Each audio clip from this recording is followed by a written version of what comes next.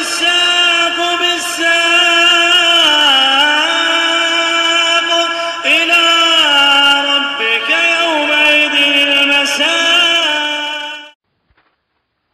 الحمد لله رب العالمين، والصلاة والسلام على المبعوث رحمة للعالمين وعلى آله وأصحابه ومن تبعهم بإحسان إلى يوم الدين. Amma ba'd. Bagaimana mendudukkan ayat pada surat Yunus?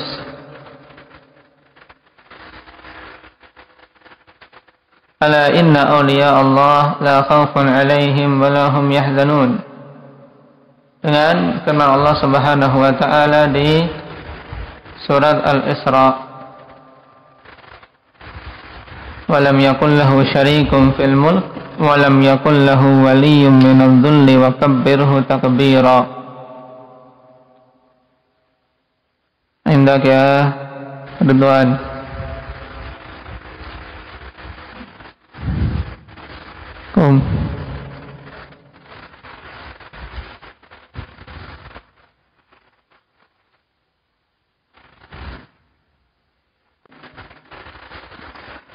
Nah, bahasanya pada penafian di surat Al-Isra, di mana Allah Subhanahu wa taala katakan walam yakul lahu waliyyun minadh dhul. Yang dinafikan di sini yaitu pengangkatan wali dikarenakan Allah Subhanahu wa taala butuh kepadanya, dikarenakan Allah lemah sehingga butuh bantuan. Dan ini tidak ada pada Allah Subhanahu wa taala demikian. Oleh karena itulah diberi qaid minadh-dhul. Kenapa? Karena Allah Subhanahu wa taala lahu awliya. Allah memiliki wali-wali yang banyak. Tapi wali-wali yang Allah Subhanahu wa taala tetapkan bukan karena Allah butuh kepada mereka, tapi karena Allah Subhanahu wa taala ingin memuliakan mereka dikarenakan keimanan dan ketakwaan yang ada pada hamba-hamba tersebut. Sebagaimana dalam ayat, ala inna awliya Allah la khawfun alaihim wa lahum yahzanun alladzina amanu wa kanu yattaqun. Jadi penafian di sini penafian yang apa? Yang khusus, yaitu dengan adanya apa? Ta'lil minadh-dhul. Min di sini min apa? Alif. Hah? Ta'liliyah. Apa maksudnya ta'liliyah? Penyebutan apa? Alasan. Baik. Sekarang kita masuk pada ayat berikutnya. Qala Allah azza wa jalla Tabarakalladzi nazzala al-furqana 'ala 'abdihi liyakuna lil 'alamin nadhira.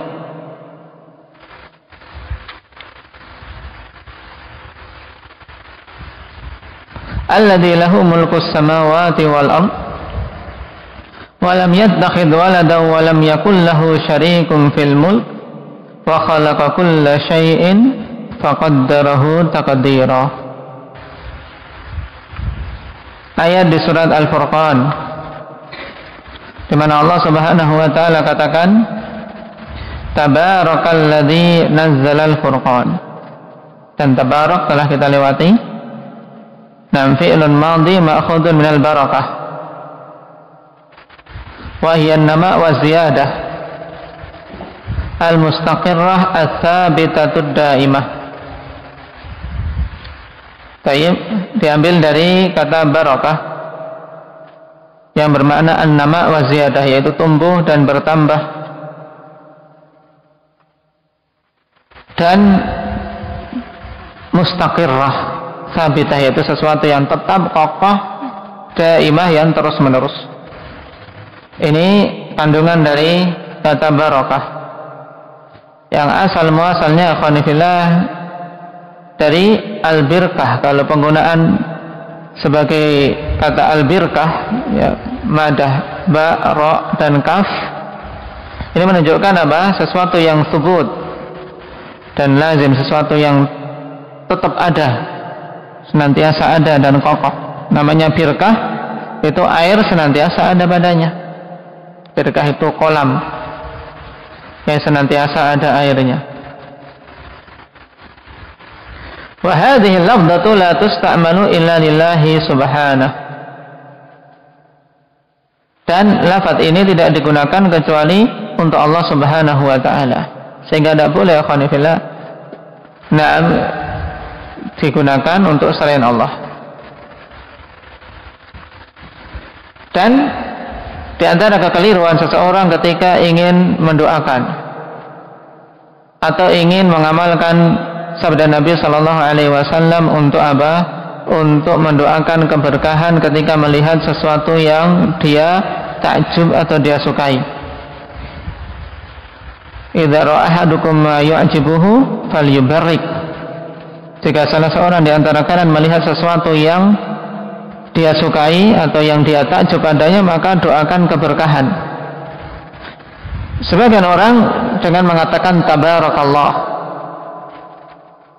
Tabarakallah.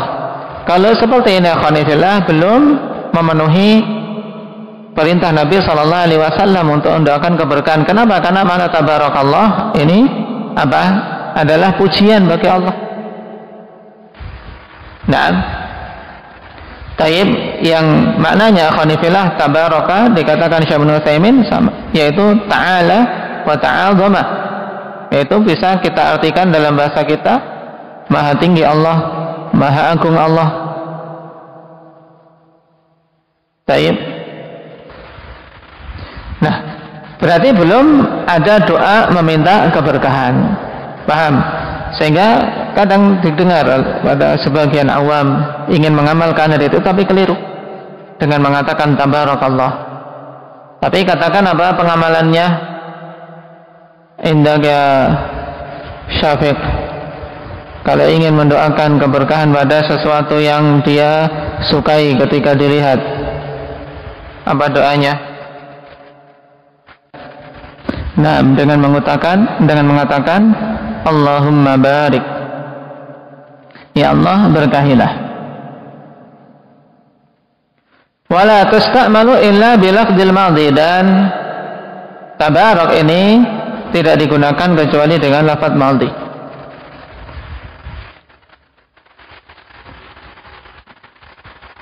Tabarakalladzi nazzala al-furqan, maha agung, maha tinggi zat yang telah menurunkan al-furqan, ay al-Quran.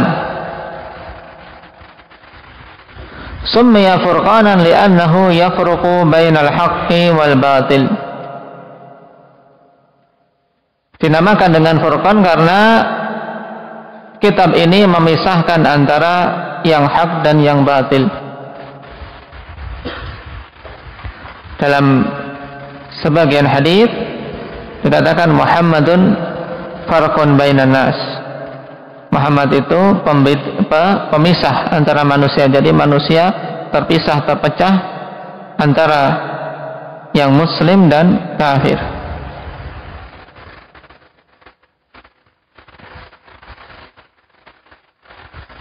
Dan Al-Furqan termasuk salah satu nama di antara nama-nama Al-Quran. Ala abdihi, yakni Muhammadan sallallahu alaihi wasallam, wa hadhihi sifatu madhin wa thana'in. Dan yang telah menurunkan Al-Furqan kepada hambanya, yaitu Nabi kita Muhammad sallallahu alaihi wasallam. Dan ini adalah sifat pujian dan sanjungan. Kenapa? Li'annahu adhafahu ilaihi idhafata tashrifin wa takrimin fi maqami inzalil Qur'ani alaihi. Dikarenakan Allah Subhanahu wa taala idhafahkan penghambaan itu kepadanya, abdihi, hak kembali kepada Allah. Dan ini ada idhafatu tashrifin wa takrim, yaitu pengidhafahan sebagai bentuk pemuliaan dan pengagungan bagi Nabi kita Muhammad sallallahu alaihi wasallam. Juga apa? Pada kedudukan penurunan Al-Quran kepadanya. Dan ini adalah kedudukan yang agung, di mana Allah Subhanahu wa Ta'ala ketika menyebutkan tentang penurunan Al-Quran kepada Nabi kita Muhammad, disebut Nabi kita sebagai apa? Hambanya. Berarti seorang diakui oleh Allah sebagai hambanya, ikhwan, ini merupakan kemuliaan. Oleh karena itu Ibnu Qayyim rahimahullah ta'ala tegaskan, kalau seorang lalai dari penghambaan ini, mesti dia akan menghamba kepada yang lain. Dia lari dari apa? Penghambaan kepada Allah, akhirnya jatuh kepada penghambaan kepada selain Allah. Itu pasti. Kalau seorang tidak mau menjadi hamba Allah yang benar, dia akan menjadi hamba yang lain, baik hamba hawa nafsunya, atau hamba dunia, atau hamba berhala, dan seterusnya. Dan dalam banyak ayat Allah Subhanahu wa Ta'ala sebut Nabi kita Muhammad sallallahu alaihi wasallam dengan sebutan ini, ikhwanifillah, pada kondisi-kondisi yang apa? Yang mulia. Di antaranya dalam kondisi diturunkannya Al-Quran. Ayat yang lain yang seperti ini apa? Penetapan bahwasanya Nabi kita Muhammad sallallahu alaihi wasallam diturunkan kepadanya Al-Quran dan disebut dengan sebutan hamba. Had.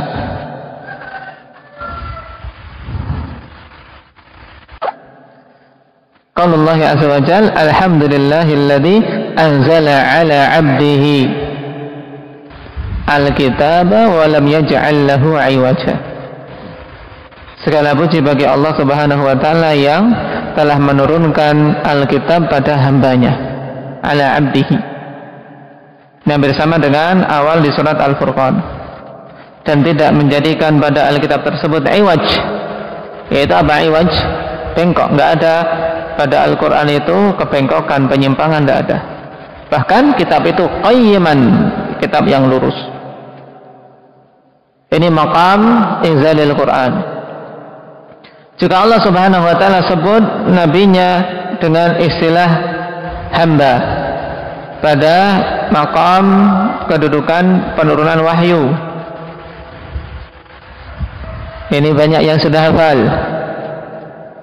Had. Umair.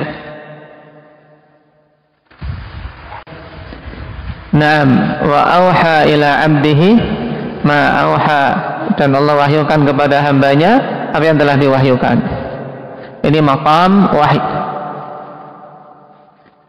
Baik, yang keempat, Allah Subhanahu wa ta'ala sebut, yang ketiga ya, sebut nabinya dengan abd, dengan hamba, dalam maqam tahaddi, yaitu tantangan untuk orang-orang kufar untuk mendatangkan yang semisal dengan Al-Quran. Allah Subhanahu wa ta'ala juga sebut Nabi kita Muhammad sallallahu alaihi wasallam dengan sebutan yang mulia ini, abdihi, di awal-awal Al-Baqarah, indaka ya Aba Yahya.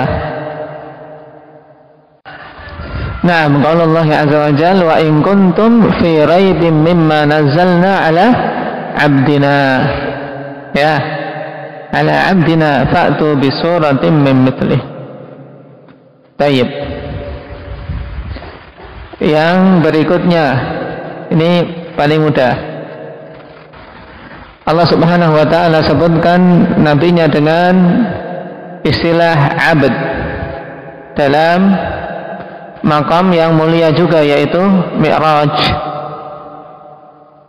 Ya alhamdulillah, ketika Mi'raj. Ayatnya apa, Arin?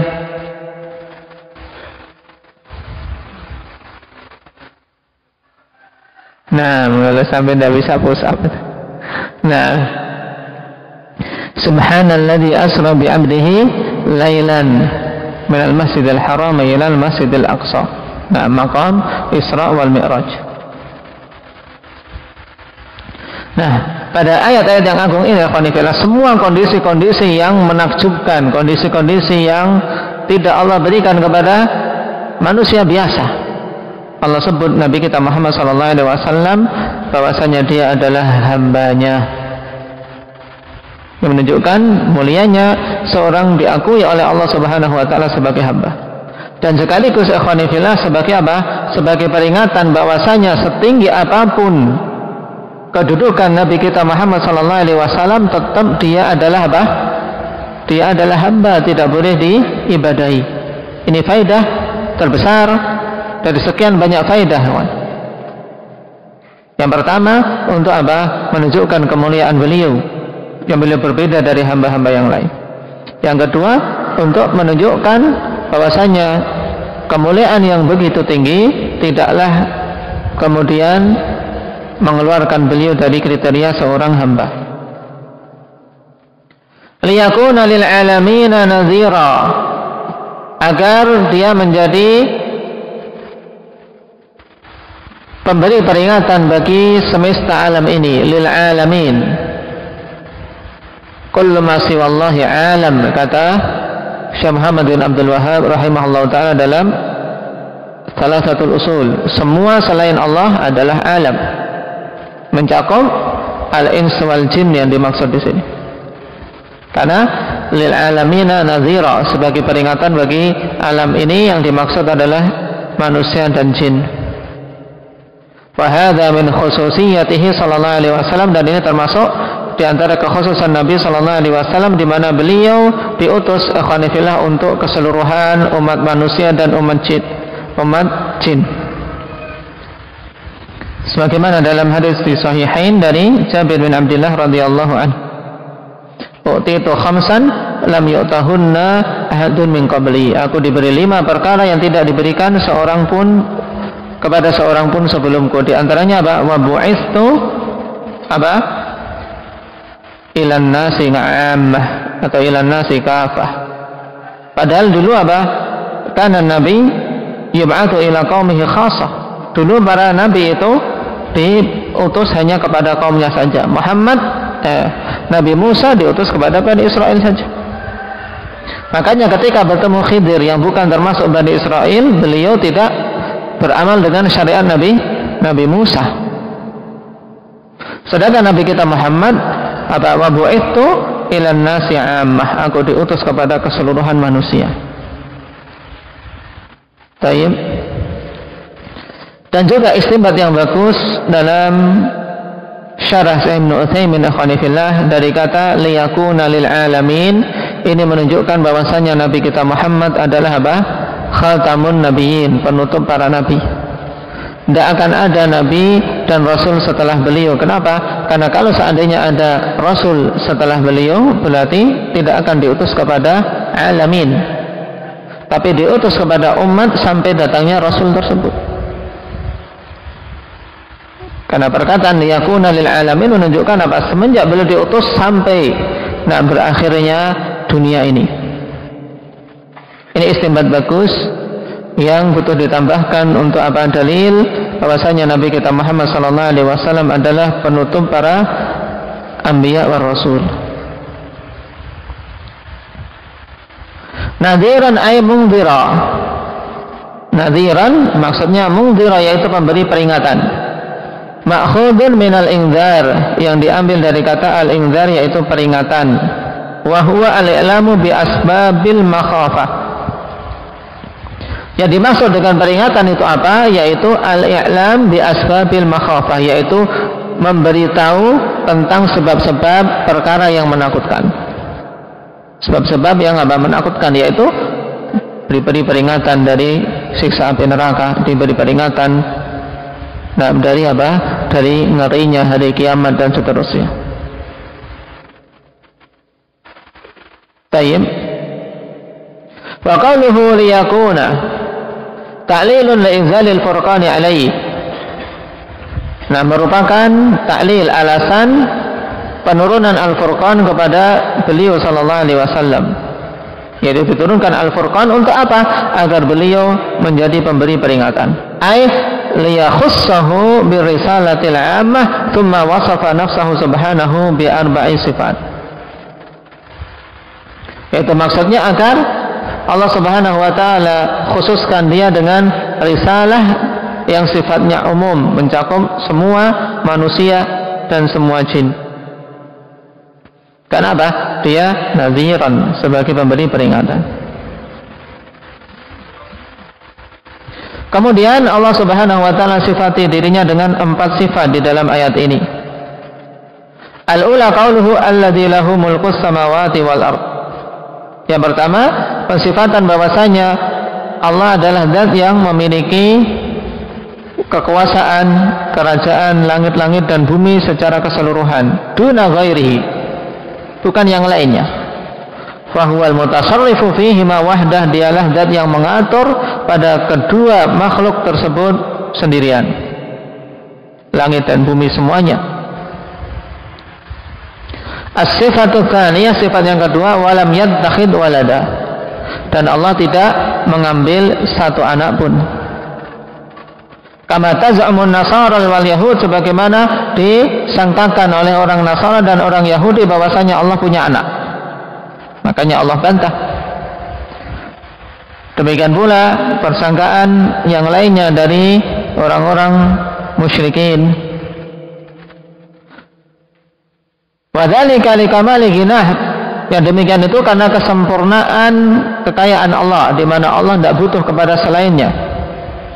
Wa hajati kulli makhluqin ilaih, dan butuhnya semua makhluk kepada Allah Azza wa Jalla. As-sifatu tsalitsah, wa lam yakul lahu syarikun fil mulk, dan tidak ada bagi Allah Subhanahu wa taala sekutu dalam kekuasaannya, dalam kerajaannya. Tidak ada sekutu pun. Tayyib, di sini syarikun, ada kaidah apa? Kaidah umum di sini. Sighah umumnya apa di sini? Indak ya.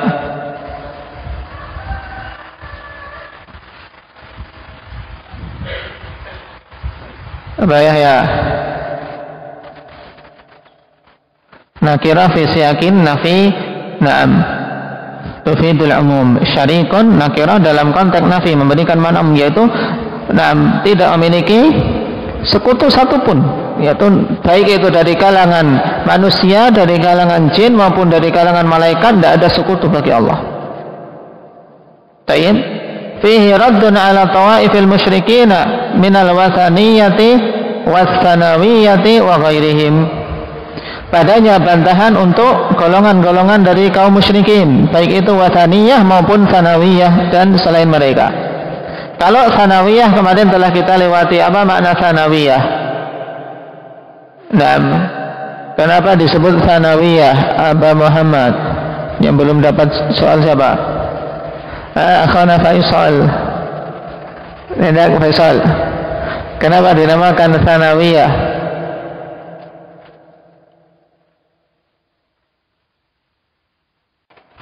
Tayyib, yaitu dikarenakan mereka menetapkan unsur itu perkara, jangan bingung nanti.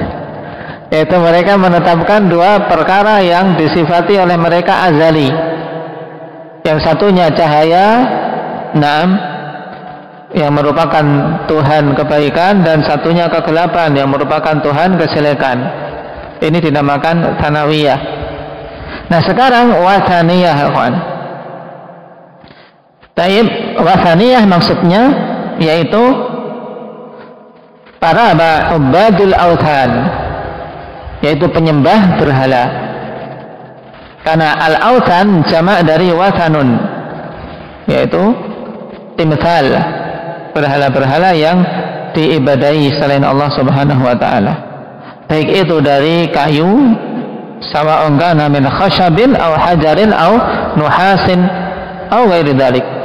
Sama saja apakah itu berupa kayu, atau batu, atau dari tembaga, atau dari perak, atau dari emas dan yang lainnya.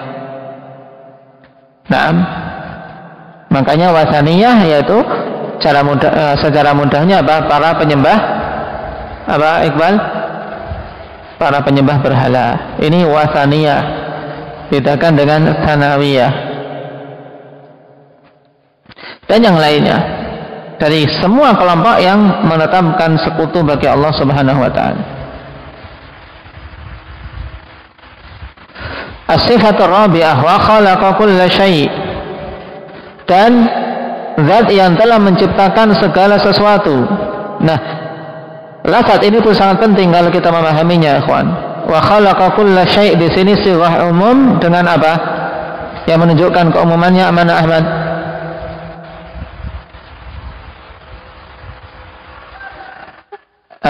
Sighah umumnya di mana? Kullu. Nah, kullu menunjukkan umum secara nas, yaitu menciptakan segala sesuatu minal makhluqat, dari kalangan para makhluk. Wa yadkhulu fi dzalika af'alul ibad, dan masuk di dalamnya adalah apa? Perbuatan-perbuatan para hamba, yaitu perbuatan kita semua ini masuk dalam keumuman apa? Syai'. Berarti juga ciptaan Allah Subhanahu wa taala. Fahuwa khalqullahi wa fi'lul 'abdi. Fahiya khalqullah wa fi'lul 'abdi. Sehingga perbuatan kita ini ikhwani fillah adalah ciptaan Allah dan perbuatan hamba. Paham? Allah yang menciptakannya. Kenapa? Karena kalau nggak ditetapkan oleh Allah, dan penetapan termasuk kategori apa? Kategori penciptaan. Kalau Allah nggak menetapkan, tidak akan terwujud. Nah, ini urut-urutannya. Makanya dalam keimanan terhadap takdir, iman terhadap apa? Ilmu, penulisan, masyiah, kemudian apa? Penciptaan. 4 unsur atau 4 hal yang harus ada dalam keimanan terhadap takdir. Makanya perbuatan-perbuatan hamba semuanya adalah ciptaan Allah Subhanahu wa taala. Tapi yang melakukannya siapa? Hamba. Yang melakukan hamba tadi dengan kehendak Allah Subhanahu wa taala. Nah, disinilah tergelincir orang-orang Mu'tazilah, ikhwani fillah. Mereka mengeluarkan perbuatan hamba dari keumuman syai'. Tapi anehnya mereka memasukkan Al-Quran dalam apa? Dalam syai' ini. Sehingga mereka katakan Al-Quran itu adalah ciptaan Allah. Al-Quran itu makhluk. Inilah kerancuan ahli bidah, yang harusnya mereka keluarkan mereka masukkan, yang harus dimasukkan mereka keluarkan. Kenapa? Karena tidak mau kembali kepada bimbingan para ulama, bimbingan Rasulullah SAW berdasarkan pemahaman para sahabat dan generasi setelahnya. Faqaddarahu taqdira, ay qaddara kulla syai'in mimma khalaqa minal ajali wal arzaqi was sa'adati was syaqawati wa hayya'a kulla syai'in lima yasluhu lah. Baik. Kemudian Allah Subhanahu wa taala tetapkan segala sesuatu dari hal-hal yang telah Allah Subhanahu wa taala ciptakan tersebut takdirnya. Wa khalaqa kulla syai'in faqaddarahu taqdira. Nah, Allah ciptakan segala sesuatu. Kemudian Allah juga yang apa? Yang menetapkan takdir dari segala sesuatu yang Allah ciptakan tersebut. Nah, minal ajal, yang berupa ajalnya, kapan matinya sudah ditetapkan. Nah, tayyib, apakah berumur 10 tahun ataukah 5 tahun ataukah 2 hari setelah kelahiran dan seterusnya, ajalnya sudah ditetapkan. Kalau sudah datang ajal tidak mungkin diakhirkan walaupun 1 detik. Wal arzaq, demikian pula rezekinya, semuanya telah Allah Subhanahu wa taala tetapkan. Was sa'adati was syaqawah, demikian pula kebahagiaan dan apa? Dan kesengsaraan. Naam. Dan tanbih bagus di akhir, wa hayya kulla syai'in lima yasluhu lah. Nah, ini yang hendaknya kita apa? Hendaknya kita usahakan, ikhwan. Bukan kita kemudian menyerah. Lalu untuk apa beramal? Kalau sudah ditetapkan ajal, ditetapkan rizki, ditetapkan yang bahagia penduduk surga, ditetapkan yang sengsara penduduk neraka, untuk apa kita beramal? Untuk apa susah-susah belajar? Dan para sahabat radhiyallahu alaihim dulu ketika mendengar tentang masalah takdir juga bertanya, ya Rasulullah, fa fimal amal? Lalu untuk apa beramal wahai Rasulullah? Nah, maka Rasul sallallahu alaihi wasallam menjawab, "I'malu wa kullun muyassarun lima khuliqalah." Beramallah kalian dan semuanya akan dimudahkan untuk melakukan perkara yang dia diciptakan untuknya. Nah, inilah yang dimaksudkan oleh Syekh Fauzan, wa hayya'a kulla syai'in lima yasluhulah, dan Allah Subhanahu wa taala hayya'a. Apa makna hayya'a? Persiapkan. Allah Subhanahu wa taala mudahkan segala sesuatu kepada perkara yang dia pantas untuk mendapatkannya. Kalau orang-orang yang memang ditetapkan untuk mendapatkan kebahagiaan, Allah akan apa? Siapkan baginya sarana untuk menuju ke sana. Nah, inilah yang kita apa? Kita sekarang mengusahakannya. Kita tahu dari berita-berita dalam Al-Quran, dalam hadis, bahwasanya jalan untuk mencapai kebahagiaan dengan beramal, dan jalan untuk beramal dengan benar belajar. Maka ketika seorang dimudahkan jalan tersebut, ini alamat bagus. Tinggal dia istiqamah, berusaha untuk terus menerus berada di atas jalan itu. Nah, ini pemahaman yang benar tentang takdir.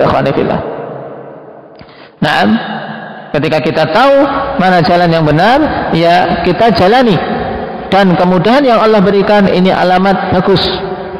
Selama dia istiqamah di atas jalan tersebut, bi'idznillah azza wajal, dia itu termasuk ahli sa'adah, termasuk orang-orang yang akan berbahagia. Tapi sebaliknya, kalau seorang kok dimudahkan beramal jelek terus, setiap ingin beramal jelek, lancar jaya,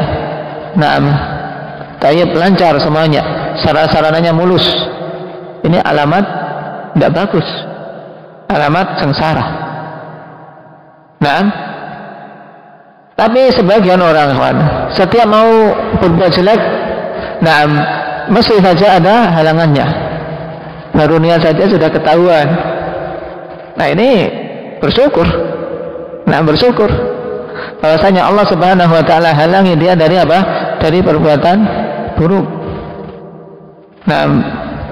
Tayyib.